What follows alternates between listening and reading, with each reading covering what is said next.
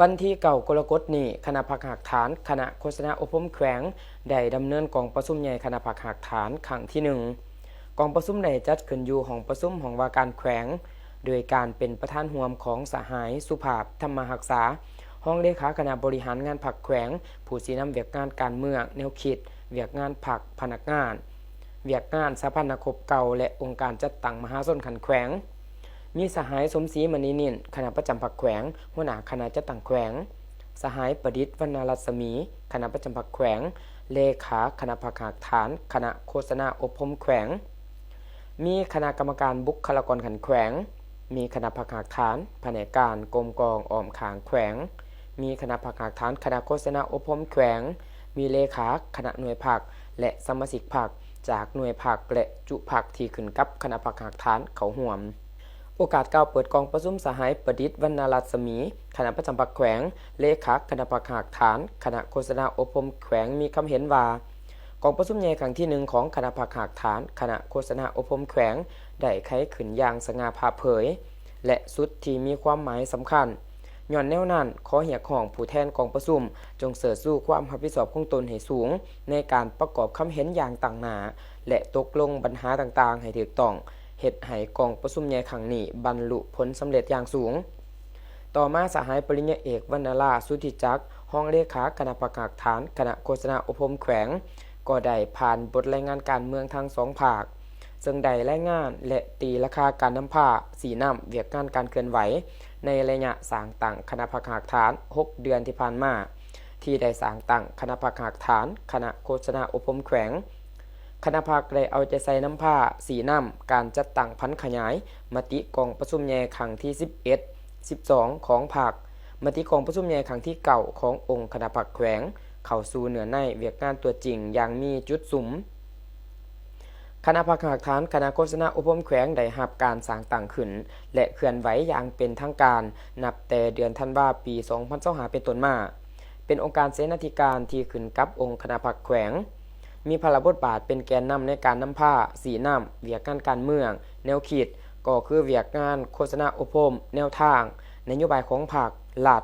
ในขอบเขตทั่วแขวงซึ่งมี3หน่วยภาคที่ขึ้นกับก็คือหน่วยภาคแขนงของการและสังรวม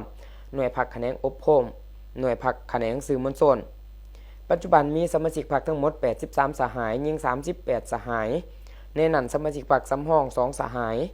พร้อมนี้ยังได้วางขาดไม้สู่ส้นกำหนดบรรดาทิศทางหน้าที่ร่วมในระยะ5ปีต่อหน้าก็คือปี2026หาปี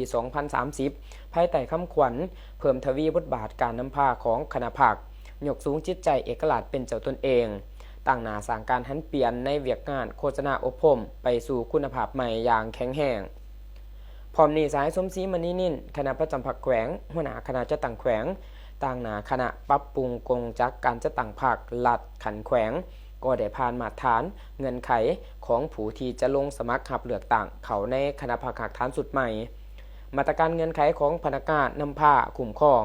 โดยปฏิบัติตามมติของกรมการเมืองศูนย์กลางภาคเลขที่030/กมสพลงวันที่3 มกราคมปี2018ว่าด้วยมาตรฐานของพนักงานนำผ้าคุ้มครองเพื่อเป็นบนเอียงให้แก่การปอนบัตรเลือกตั้งเอาคณะผักหากฐานคณะโฆษณาอบรมแขวงสุดใหม่โดยยกให้เห็นมาตรฐานร่วมเป็นต้นแมนด้านคุณฐานการเมืองด้านคุณสมบัติศีลธรรมปฏิบัติและแบบแผนดำรงชีวิตด้านความรู้ความสามารถด้านแบบแผนการนำผ้าและวิธีเฮ็ดเวียกด้านสุขภาพนอกนี้ยังยกให้เห็นมาตรฐานเฉพาะตามมติของกรมการเมืองศูนย์กลางภาคเลขที่030/กมสพเติมอีกกองประชุมครั้งนี้ผู้แทนกองประชุมยังได้ใส่สิทธิประชาธิปไตยของตนปอนบัตรเลือกตั้งเอาคณะผักหากฐานสุดใหม่ครั้งที่1บนพื้นฐานความถูกต้องสอดคล้องกับมาตรฐานเงื่อนไขที่กำหนดไว้ซึ่งมีผู้ออกสมัครเลือกตั้งเก่าสหายยิ่ง2สหายในนั้นเลือกเอา7สหายผ่านการปอนบัตรตัวจริงสามารถเลือกได้สหายประดิษฐ์วรรณรัศมีเป็นเลขาคณะผักหากฐานคณะโฆษณาอบรมแขวงสมัยที่1สหายปริญญาเอกวรรณราสุทธิจักรเป็นรองเลขาคณะผักหากฐานสหายนางสุขสมพรพลอาสาเป็นประธานกฎกาคณะผักหากฐานสหายนางพรทิพย์แก้วประเสริฐและสหายเมธีทิพย์ศรเป็นรองประธานกฎกาคณะผักหากฐาน จากนั้นก็ได้มีการมอบซอดอกไม้ให้แก่คณะผักหักฐานคณะโฆษณาอบรมแขวงสุดที่1ให้เกียรติมอบโดยสหายสุภาพธรรมหักษาห้องเลขาคณะบริหารงานผักแขวงตอนถ่ายกองประชุมสหายสุภาพธรรมหักษาก็มีคำเห็นโอล่มสีทิศยังทางแก่คณะผักหักฐานคณะโฆษณาอบรมแขวงสุดที่1เพื่อเป็นบอนอิงในการนำผ้าสีน้ำเวียดงานในต้นหน้าให้มีผลสำเร็จใหม่ใหญ่หลวงกว่าเก่า